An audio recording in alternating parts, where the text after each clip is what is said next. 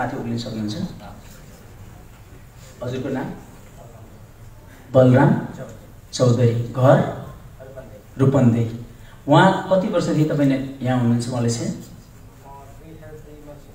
2002 भनेपछि 2019 17 वर्ष हुनुभयो। तपाईँ उहाँसँग फुर्सदमा एउटै कुरा सोध्नुहोस्, 17 वर्ष भनेको नेपालमा जागिर खानेको पेन्सन हो होइन त? 17 वर्ष तपाईको घरमा तपाईँ कति वर्ष हुनुभयो? 44 वर्ष। 44 माइनस 17 गर्नुहोस् त कति वर्ष हो? उहाँ 27 वर्षमा मलेसिया छिर्नु भएको। म तपाईँलाई एउटा सिरियस कुरा गर्नु खोजेँ। तपाईँको घरमा बच्चा कतिवटा हुनुहुन्छ? छोराछोरी? 2टा छोरा। श्रीमती यङ स्मार्ट हुनुहुन्छ हो? यङ स्मार्ट हुनुहुन्छ श्रीमती, ठिकै छ होइन? तपाईँलाई थाहा छ किन ठिकै भन्नुभयो? उहाँलाई मेरो श्रीमती कस्तो छ थाहै छ। म रियल कुरा गरेको तपाईँलाई। मलाई एउटा कुरा भनिदिनुहोस्, तपाईँले 27 वर्षको यङ मान्छे, त्यो भनेको सायद जीवनको सबभन्दा उर्वर यङ होला है। 25 देखि 35 वर्ष भनेको त्यतिको उमेर अरू कुनै हुनै सक्दैन। 27 वर्षबाट आजसम्म अब उहाँसँग त्यो यङ त्यो जवानी बाँकी छ? 44 वर्ष। अब उहाँले मलाई भन्दै हुनुहुन्थ्यो मैले यो 17 वर्षमा कमाएको पैसाले म जवानी किन्छु, सम्भव छ? म 17 वर्षको माया प्रेम मेरो श्रीमतीसँग म अब गएर डिएक्सनको डायमन्ड बने, डायमन्ड बन्नुभयो। अब म एकैचोटि त्यो 17 वर्ष एकैचोटि कमाउँछु, सम्भव छ? छ त? मेरो छोराछोरी अहिले लगभग 20-25 वर्षको भयो, 20-22 वर्षको भयो। कति वर्षको भयो बच्चाहरू? 26 वर्षको छोरो। उहाँले त्यो छोरोसँग जम्मा 8 वर्ष बिताउनु भयो हो? 8 वर्ष बिताउनु भयो। त्यो छोरो अहिले कति भयो? 25-26 वर्षको भयो। बुहारी पनि ल्याइसक्यो, बुहारी पनि ल्याइसक्यो, नाति नातिना पनि भइसक्यो, हजुरबा हुनुभयो बुझ्नुभएको छ तपाईँले? तर वास्तवमा रियल लाइफको कुरा गर्ने हो भने उहाँ हजुरबा भइसक्नुभयो, तर उहाँले आफ्नो रियल जवानीको फिलिङ्स नगरिकन लाइफ ड्यामेज गर्नुभयो। मैले सेन्टिमेन्ट कुरा गरेँ होइन, रियल। अब उहाँको 27 वर्षदेखि 44 वर्ष बिचको जुन 17 वर्ष छ यो कहिल्यै उहाँले उपभोग गर्न पाउनुहुन्न, कहिल्यै, नेभर। सायद उहाँले 17 वर्ष पहिला डिएक्सन भेट्नुहुन्थ्यो भने सायद उहाँले सफल लिडरहरूले जस्तै दिलो ज्यान दिएर म यो सिस्टममा बनेरै गर्छु, तपाईँ 4 वर्षमा डायमन्ड बने भन्न आइरहनु भएको छ। डायमन्ड अहिले मान्छे उस्तै परे एक दिनमा नि भन्छ। 4 वर्ष तपाईँ के रमाएर नाचेर बस्नुभएको थियो? 4 वर्ष। 17 वर्ष पहिला डिएक्सन पाउनु भयो भए म गइसक्नुहुन्थ्यो। कहिले पाउनुभयो डिएक्सन? कति वर्ष हो? 10 मा डिएक्सन पाउनु भयो। म तपाईँलाई एउटा कुरा भनौँ, यदि 2010 मा उहाँको यो भेजा क्लियर साथ खुल्थ्यो, साँच्चै स्कोप यहाँ देख्नुहुन्थ्यो, यो डायमन्डको त्यो जुन स्क्रैच छ त्यो 2010 मा यहाँ कसैले पसाइदिन सक्थ्यो भने उहाँ 2012 बाटै नेपालमा हुनुहुन्थ्यो। कति वर्ष बस्थ्यो उहाँको? 2012 बाट 2019 7 वर्ष बस्थ्यो। कम्तीमा 7 वर्ष त उपभोग हुन्थ्यो। तपाईँ डायमन्ड हुनुभएको छ। तपाईँलाई अहिले रियलाइज हुन्छ म नेपाल फर्केर टिक्न सक्छु? नडाट्नुहोस्, ग्यारेन्टी छैन। हामीले यो डायमन्ड बनाउँदै छैनौँ। उहाँ मेरो अगाडि हुनुहुन्छ, मैले क्रिटिसाइज गरेको होइन। आशा गरौँ कम्तीमा 17 वर्षबाट 27 वर्ष मलेसिया नहोस्, अबको 2 वर्षमा नेपाल फर्किने त्यो खालको डायमन्ड उहाँ बन्नुहोस्। तपाईँ जान सक्नुहुन्छ। अब म तपाईँ 20 वर्षभन्दा कलिला युवा साथीहरूलाई एकचोटि उठ्दिन भन्छु। 20 वर्षभन्दा कलिला जो 20 वर्ष मुनिका 18, 19, 20, 25 वर्षसम्मको युवा युवती 25 वर्षभन्दा मुनिको एकचोटि उठ्दिनुहोस् न। तपाईँको खुट्टा जाम भइसक्यो, जवानीमै बुढेसकालको मजा लिन हुँदैन। मैले हेर्न खोजेको 25 भन्दा मुनिको मात्रै, 25 दुना होइन है, 25 मुनिको तपाईँहरू धन्यवाद, आधा हुनुहुँदो रहेछ। अब म तपाईँहरूको थोरै कुरा गर्छु, तपाईँहरू बस्नुहोस्। उहाँको मैले स्टेजमा लिएर आउनुको कारण उहाँको लागि होइन, उहाँले त जवानी खोइसक्नु भयो। मैले तपाईँ 25 वालासँग सोध्न खोजेको के हो भने यो देशलाई पनि तपाईँलाई टिस लाग्छ होला है। तपाईँ 25 दुना मलेसिया बस्ने रहर छ छैन? तपाईँ मध्ये अधिकांशको विवाह भइसकेको छ। उहाँ नभए पनि मलेसियामा भयो होला। मैले तपाईँलाई यो किन सोधेको भने हेर्नुहोस्, यति रहर लाग्दो जीवन छ, एक मिनेट मरेर मलेसियामा नफाल्नुहोस् प्लिज। बिजनेस गर्दा घृणा कसैले गर्दैन। धेरै मान्छेहरू डिएक्सन बिजनेस भन्दा लाज मान्छन्। डिएक्सन नेटवर्किङ बरु नभन्नुहोस्, यो डाइरेक्ट सेलिङ इन्डस्ट्री हो। एमएलएम बिजनेस भन्नुहोस्, तपाईँलाई असिलो पर्छ भने सबभन्दा राम्रो पवित्र त्यही छ, एमएलएम। डिएक्सन एमएलएम बिजनेस भन्नुहोस्। धेरै मान्छेलाई अनौठो पनि लाग्छ एमएलएम भनेको, समाजमा बुझ्दैन, अचम्म मान्छन्, सोध्छन् फाइदै हुन्छ। आज मान्छे रक्सी बेचेर झकेन्द्र अधिकारी 2002 मा मलेसिया आउनुभयो हो। झकेन्द्र अधिकारीले सुर्ती र रक्सी बेचेर पैसा कमाउनुहुन्थ्यो त्यतिखेर, सोध्नुहोस् उहाँलाई। सुर्ती र रक्सी क्याम्पमा लगेर फ्रिज राखेर बियरको बोतल बेचेर सुर्ती बेचेर पैसा कमाउन मिल्ने झकेन्द्र अधिकारी राजनले के डिएक्सनको कफी बेच्न मिल्दैन? तपाईलाई किन लाज लाग्यो? तपाईलाई डिएक्सनको प्रोडक्ट बेच्न लाज लाग्नु पर्ने कारण के? रक्सी बेचेर दुनियाँ बर्बाद गराउन मिल्छ, या रक्सी छोडाएर कफी बेच्न नमिल्ने कारण के? कहाँ कुन शास्त्रमा लेखिएको छ कि अमृत बेच्न मिल्दैन? कि अमृत भगवानले मात्रै दिन मिल्ने हो? हामी भगवान होइनौं त्यसकारण हामीले मिल्दैन? आजको युगमा संसारको सबभन्दा अमृत प्रोडक्ट हो। तपाईलाई यहाँ कसैले भनेर अमृत बन्ने होइन यो। तपाई डिएक्सनको प्रोडक्ट कसैले खा भनेर खाने होइन। तपाईलाई त्यसले काम गर्यो भने खानुस् प्लिज। हामीले भनेर यो राम्रो बन्दैन, यो अलरेडी बनेको चीज हो। त्यसले तपाईको जीवनमा लाभ दिन्छ भने खाने। जब लाभ दिने चीज छ भने त्यो चीजले तपाईलाई छोटो समयमै सफल बनाउँछ। त्यो चीजले धेरै मान्छेको जीवनमा सकारात्मकता फाइदा पुग्छ, उसको स्वास्थ्य सुध्रिन्छ, उसको जीवन सुध्रिन्छ, ऊ अनुशासित हुन्छ, ऊ चरित्रवान हुन्छ, ऊ गलत बाटो छोड्छ र एउटा असल मार्गमा हिँड्न मिल्छ भने असल मार्गमा हिँड्न नमिल्ने पनि कुनै त्यस्तो चीज हुन्छ? सत्य त यो हो, आज संसार असल मार्गमा छैन। संसार असल मान्छेहरूको हातबाट फुत्किँदैछ। तपाईको हातमा भएको सञ्जालमा असल कुरा देख्नै पाइँदैन र हरेक मान्छेको दिमागमा अहिले खराब कुराले बास गरिरहेछ। तपाईले हरेक दिन जस्तो मान्छेसँग संगत गर्नुहुन्छ नि, तपाईको यो सबकन्सियस दिमाग तपाईले नचाहे पनि आफै त्यस्तो बन्दै जान्छ। आज संसारमा सबैभन्दा बढी घट्ने घटना के हो थाहा छ तपाईलाई? के हो? बलात्कार हो। किन त्यस्तो हुन्छ थाहा छ तपाईलाई? किन त्यस्तो भयो होला? बेरोजगारीले बलात्कार जन्माउँदैन। तपाईको यो सबकन्सियस दिमागमा जति त्यो घृणा र विकृत जन्य कुराहरू पैदा भएको छ नि, तपाईको सामाजिक सञ्जालको करामत हो।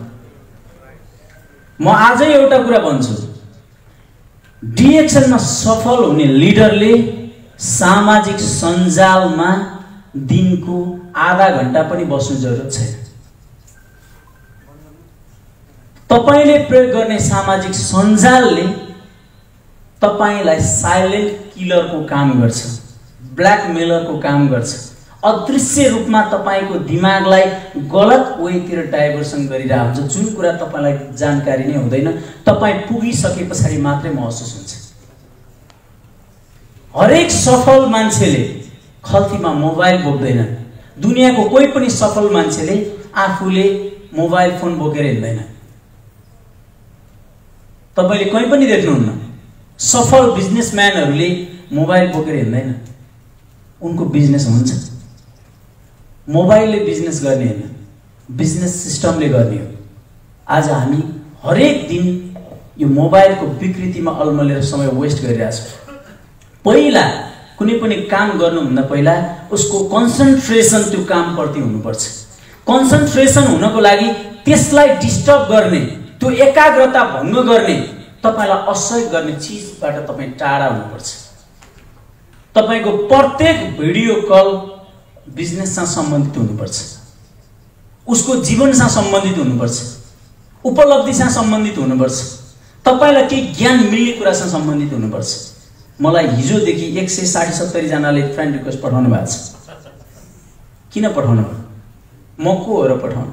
तपाईको फ्रेन्ड नै होइन म। मान्छे चिन्दिनँ त कसरी पठाउनु? तपाईँ अननोन मान्छेलाई त्यसै फ्रेन्ड रिक्वेस्ट पठाउनु? चिन्नुहुन्छ मलाई? चिन्नुहुन्न नि? म एक्सेप्ट गर्छु तपाईलाई। डिएक्सन देखेर कति माया लाग्छ, डिएक्सनको लोगो देखेपछि एक्सेप्ट गर्छु। भोलिपल्टबाट तपाईले फटाफट तपाईको मुडमा जे आउँछ सबै शेयर गर्न सुरु गर्नुहुन्छ कि मेरो काम तपाईको सबै शेयर हेरेर बस्ने हो।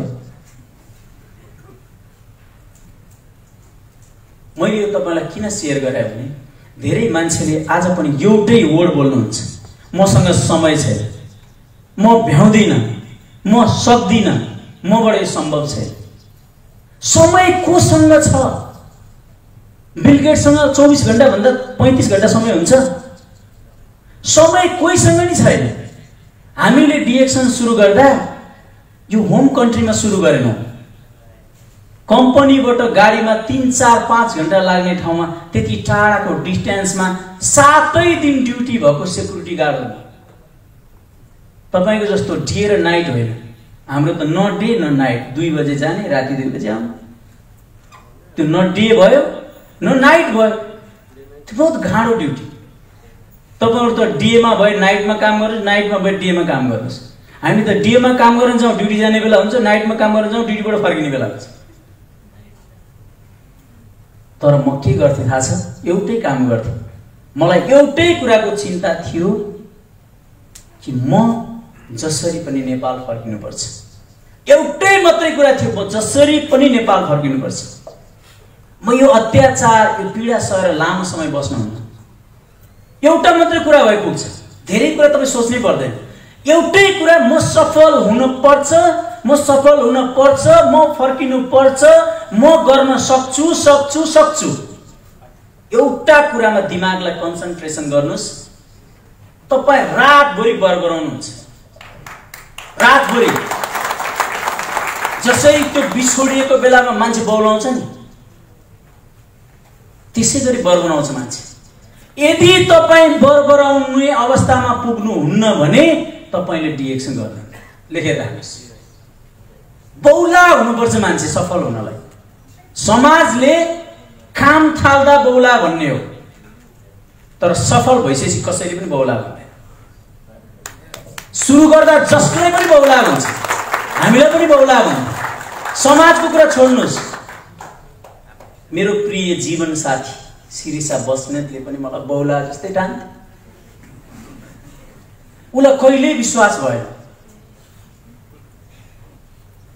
तर मलाई चाहिँ विश्वास थियो। यो स्वाभाविक हो, किनकि मैले बुझ्ने बित्तिकै सबैले बुझ्नुपर्छ, यो जरुरत छैन। हरेक मान्छेले बुझ्नलाई एउटा कालखण्ड, एउटा समय आउनुपर्छ। मैले 2002 मै पाथेँ, तर अहिले आएर भन्छन् कति मान्छेले उलाई अहिले आएर बुझ्ने सायद जुरेको। तपाई बौलाउनु पर्यो। एउटा तपाईको शरीरभित्र भएको रोग फ्याक्ने गरी प्रोडक्ट खाएर बौलाउनु पर्यो। महिनाभरिको स्यालेरी सकिए पनि यो शरीर पहिला बनाउँछु भनेर बौलाउनु पर्यो। दोस्रो, म कसले के भन्छ मलाई परवाह छैन, म एक दिन डिएक्सन गरेर देखाउँछु भनेर बौलाउनु पर्यो। तपाईमा त्यो खालको भित्रदेखि इच्छा शक्ति, त्यो खालको उमङ्ग, त्यो खालको क्रेजीनेस आउनु पर्यो। मान्छे जबसम्म भित्र मनदेखि कुनै काम गर्दैन भने त्यो कामले कहिल्यै पूर्णता पाउँदैन। यति धेरै देखिसके पछाडि, यत्रो एक्जाम्पल थाहा पाइसके पछाडि डिएक्सनमा लिहिरी झोला बोकेर फेरि 27 वर्षबाट 44 वर्षसम्म नबिताउनुहोस्। म रियल भन्दैछु, डिएक्सनमा संसारमा धेरै गरिब मान्छेहरू सफल भएको छन्। यो रियलमै भन्ने हो भने गरिबको लागि हो डिएक्सन। जोसँग लगानी गर्ने पैसा छैन नि, लगानी नगरिकन सफल बन्ने भने त गरिबको लागि हो नि। हुने खानेले त रियल इस्टेटमा लगानी गर्छन्, हुने खानेले त ठुला ठुला कम्प्लेक्सहरुमा लगानी गर्छन्, हुने खानेले त अरु बिजनेसहरुमा लगानी गर्छन्, ट्रेनमा लगानी गर्छन्, अरु चीजमा लगानी गर्छन्, एयरवेजमा लगानी गर्छन्, शेयरमा लगानी गर्छन्। तर सामान्य मान्छेसँग केही पनि हुँदैन। दाल भातमा लगानी गर्ने पैसा जुटाउन आएको हो नि हामी यहाँ। बिजनेसमा लगानी गर्ने पैसा हुन्थ्यो भने यहाँ आउँथ्यौँ हामी। यस्तो मान्छेले गर्न मिल्ने एउटै मात्रै बिजनेस भनेको डाइरेक्ट सेलिङ हो, न कि डिएक्सन। डाइरेक्ट सेलिङ, हजारौं डाइरेक्ट सेलिङ कम्पनीहरुमा एउटा मात्रै यस्तो सजिलो कम्पनी हो, एउटा देशमा बसेर विश्वभरि मार्केटिङ गर्न मिल्छ। वान मार्केट, एउटा मात्रै फर्स्ट कम्पनी। हेर्नुस् त, भरे बेलुकाको ट्रेनिङमा देख्नुहुन्छ कयौं कम्पनीहरु छन्। डिएक्सन भन्दा अगाडि 14 वटा कम्पनी छ। तर तपाईले त्यो कुनै पनि कम्पनी टर्च लाइट खोजेर बालेर हिँड्दा पनि हाम्रो देशमा भेट्न सक्नुहुन्न। तर डिएक्सन जहाँ गए भेट्न सक्नुहुन्छ। यहाँ बसेर हिजो एकजना साथीले शेयर गर्नुभएको थियो। एकजना सिस्टरले यहाँ एकजना मान्छेलाई भन्नुभयो, तपाई डिएक्सनमा जोइन हुनुपर्छ। म त जोइन हुन्न, तर मेरो एउटा साथी छ, म उसलाई भनिदिन्छु है। हिजो बेलुकाको गफ। दोस्रो कुरा, त्यो साथीलाई उहाँले कन्ट्याक्ट गर्न सुरु गर्नुभयो। त्यो साथीले के भनेछ भने, लामो गफ गरे छोरी मान्छेसँग गफ गर्न साह्रै मन गर्ने के मान्छेहरू।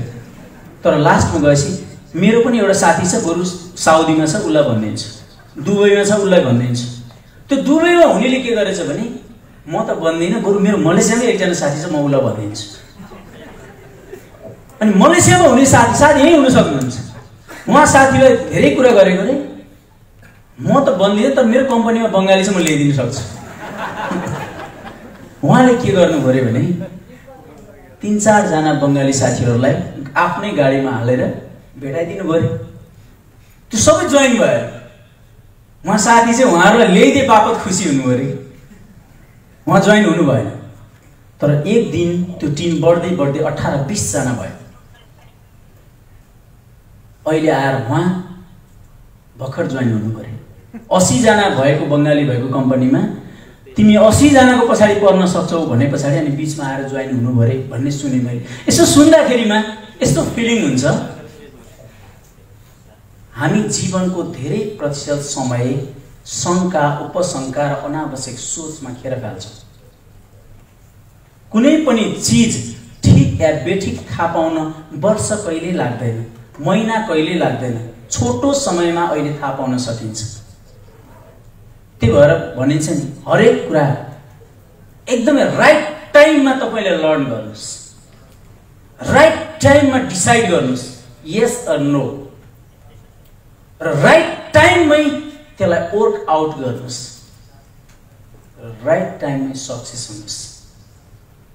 यसलाई टाइम लिन मिल्दैन, किन जीवन फर्केर नआउने चिज हो। हामीले गरेको यात्रा फर्केर नआउने चिज हो। त्यसकारण कुर्ने समय हामीसँग छैन। संसारको दौड धेरै फास्ट छ, तर हाम्रो दौड साह्रै बिस्तारै छ। र त हामी यो संसारको दौड, संसारको प्रगति, संसारको उन्नतिलाई हामी कहिल्यै भेट्न सक्दैनौँ। तपाईँ आउँदा एउटै कुरा सोचेर आउनु भएको थियो, म 1 ढलानको 4 कोठे घर बनाउँछु। तर तपाईँ 5 वर्ष बिताउँदा पनि 4 कोठे घर बनाउन सक्नु भएन, किनकि तपाईको 5 वर्ष पछाडिको यो जमाना कहाँ पुग्छ भन्ने कुरा तपाईलाई त्यतिखेर ज्ञानै थिएन। तपाईलाई मात्रै के ज्ञान थियो भने आज जे छ त्यही बसिरहन्छ, त्यसकारण 5 वर्ष पछाडि म घर बनाउँछु। तपाईलाई के थाहा थिएन 5 वर्ष पछाडि त्यो घर बन्न कति पैसा लाग्छ, त्यो थाहा थिएन। त्यसकारण यो सोच्ने बेला छैन। एकदमै तपाईले तीनटा कुरा म जीवनमा स्वस्थ भएर बाँच्न चाहन्छु या चाहन्न, म जीवनमा अरूभन्दा एक स्टेप स्मार्ट भएर समाजमा अब्बल र असल मान्छे भएर क्षमतावान मान्छे भएर जिउन चाहन्छु कि चाहन्न, म यो दलदल र चुङ्गलबाट निस्किन चाहन्छु कि चाहन्न, या म यही जीवनमै सन्तुष्ट भएर बसिरहन चाहन्छु। यो कुरा तपाईले आजै डिसाइड गर्नुस्। तपाई ल्याङ कुरा नगर्नुस्। भेट्ने बित्तिकै सर यो भएन, सर ऊ भएन, ल्याङले जीवनमा केही पनि भएन, ल्याङ फ्याङ हुन्छ। To be clear, do and die. हामी यस्तो फेजमा छौं कि अब सोच्न ढिला गरियो भने तपाईको जिन्दगी धेरै ढिला भयो, तपाईको यात्रा धेरै ढिला भयो। अब तपाईसँग समय छैन। तपाई सही टाइममा सोच्नुस्, आजै फाइनलाइज गर्नुस्। हेर्नुस्, जीवन जिउन सजिलो छैन। सजिलो त संसारमा केही पनि छैन। त्यसमध्ये मानव जीवन सबभन्दा कठिन छ। कम्तीमा जन्मिसके पछाडि एक दिन भने नि चिएरा खुसी बनाएर मर्नुपर्छ। जन्मिँदा रोएर मर्दा पनि रोएर मर्न हुँदैन। त्यसकारण तपाई सबैको जीवन आफ्नै सो विवेकले परिवर्तन होस्। तपाईको आफ्नै सो कर्मले तपाईको जीवनमा उन्नति प्रगति रहोस् र तपाईको आफ्नै मन मस्तिष्कले तपाईको यात्रा निर्धारण होस्, न कि हाम्रो। र तपाई आफ्नै हातबाट आफ्नो जीवनलाई एउटा त्यस्तो सिर्जना बनाउनुस्, त्यस्तो सर्जक बन्नुस् जसले तपाईलाई आफैलाई आनन्दानुभूति दियोस्, तपाईलाई आफ्नो जीवन देखेर आफूलाई गर्व महसुस होस्। मेरो साथी यहाँ अगाडि हुनुहुन्छ, उहाँले भन्दै हुनुहुन्थ्यो धेरै मान्छेले चिन्नु रहेछ तपाईँ। यो हामीले चिन्ने नचिन्नेको कुरा हैन।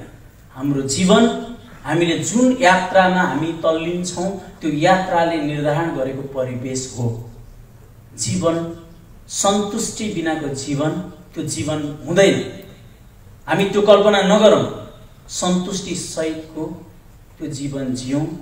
कम्तीमा यो हलमा हुने तपाई प्रत्येक साथीहरूले 5 वर्षभित्र आफ्नो परिवारसँग म बस्छु भन्ने आज final do and die decision गर्नुस्। कि गर कि मर।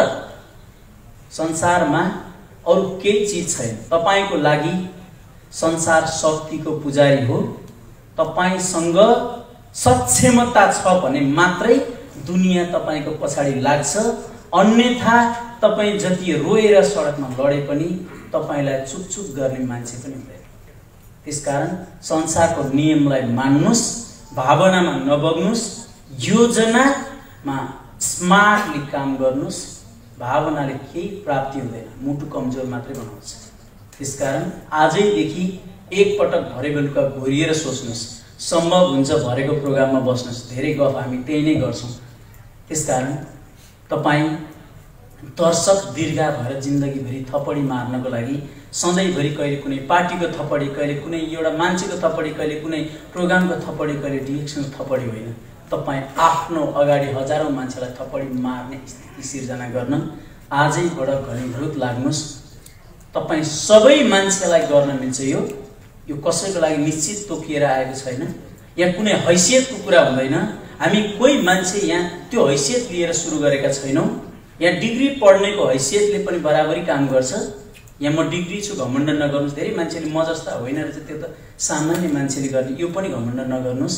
यो सबै असल सकारात्मक र पोजिटिभ जिन्दगी जिउन चाहने मान्छेको लागि हो।